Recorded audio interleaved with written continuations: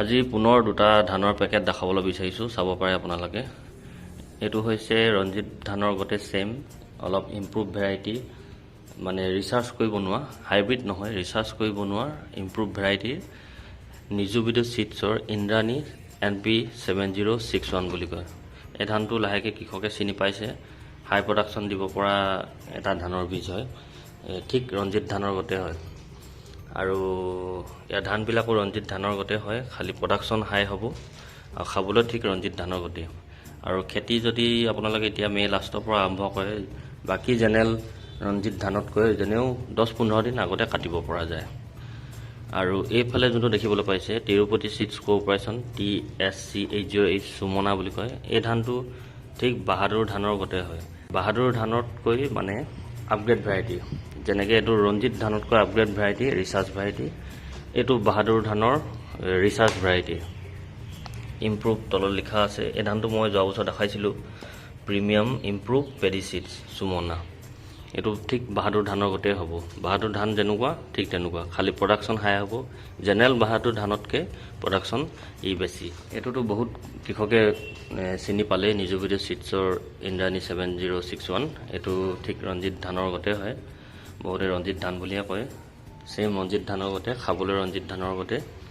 আৰু ইয়াৰ কৰা ছিজন এতিয়া সোমালে, মে' লাষ্টৰ ফালৰ পৰা আপোনালোকে কৰিব পাৰে। এই বাহাদুৰটো একেই, বাহাদুৰ নিচিনাটো এতিয়াও এইটো মে' লাষ্টৰ ফালৰ পৰা আপোনালোকে খেতি আৰম্ভ কৰিব পাৰে। তাৰপিছত ইয়াৰ যদি পেকেটটোৰ চাইজৰ কথা কওঁ, ইয়াৰ চাইজটো 5 কেজি চাইজৰ আহে। পাছফালে ইয়াৰ বিষয়টো লিখা আছে, এইফালে চাব পাৰে, 5 কেজি চাইজৰ আহে।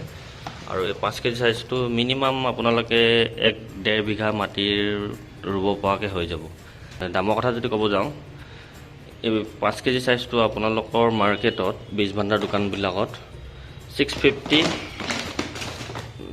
650ৰ পৰা 700 টকাৰ ভিতৰত ল'ব। নিযুবিদু চিডছ ইন্দ্ৰাণী 7061, হাই প্ৰডাকশ্যন দিব পৰা ৰঞ্জিত ধান।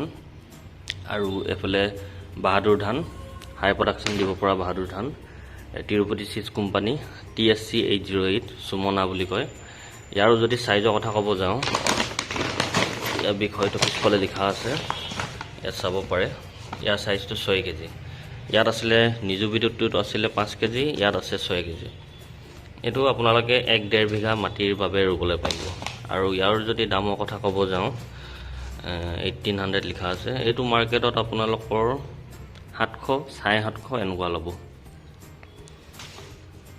যদি বাহাদুৰ ধান কৰিছে, আপোনালোকে কৰে, তেন্তে এইটো আপোনালোকে ট্ৰাই কৰি চাব পাৰে। ঠিক বাহাদুৰ ধানৰ গোটেই হয়, বাহাদুৰ ধানতকৈ অলপ ইম্প্ৰুভ, হাই প্ৰডাকশ্যন দিব পৰা তিৰুপতি চিডছৰ TSC808 সুমনা বুলি কয়। যোৱা বছৰ এইটো ধান দেখাইছিলোঁ, কৰিছে যিসকল খেতিয়কে বাহাদুৰ ধান কৰিছে তেওঁলোকক এইটো দিছোঁ, ৰিজাল্ট ভালেই পাইছে। আৰু এইটোতো চিনি পায় প্ৰায় সংখ্যক খেতিয়কে, নিযুবিদু NP7061। এইটো ঠিক ৰঞ্জিত ধানৰ গোটেই, ইম্প্ৰুভ ভেৰাইটি। আৰু এইটো বাহাদুৰ ধানৰ গোটেই, ইম্প্ৰুভ ভেৰাইটি, ৰিচাৰ্জ ভেৰাইটি মানে। তো বন্ধুসকল, আজি আপোনালোকক এই দুটা ধানৰ বিষয়ে ক'লোঁ।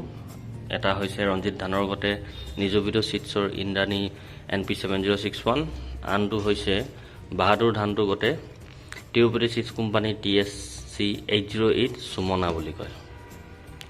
যিহেতু খেতি ছিজন সোমালে, মে' লাষ্টৰ ফালৰ পৰা জুন জুলাইলৈকে এইখিনি ধান আপোনালোকে কৰিব পাৰে। আৰু অন্য ধানতকৈ, অন্য ৰঞ্জিত বাহাদুৰ ধানতকৈ যেনেও 10-15 দিন আগত কাটিব পৰা হয়। তেন্তে আজি ভিডিঅ'টো ইমানতে সামৰিছোঁ, ধন্যবাদ।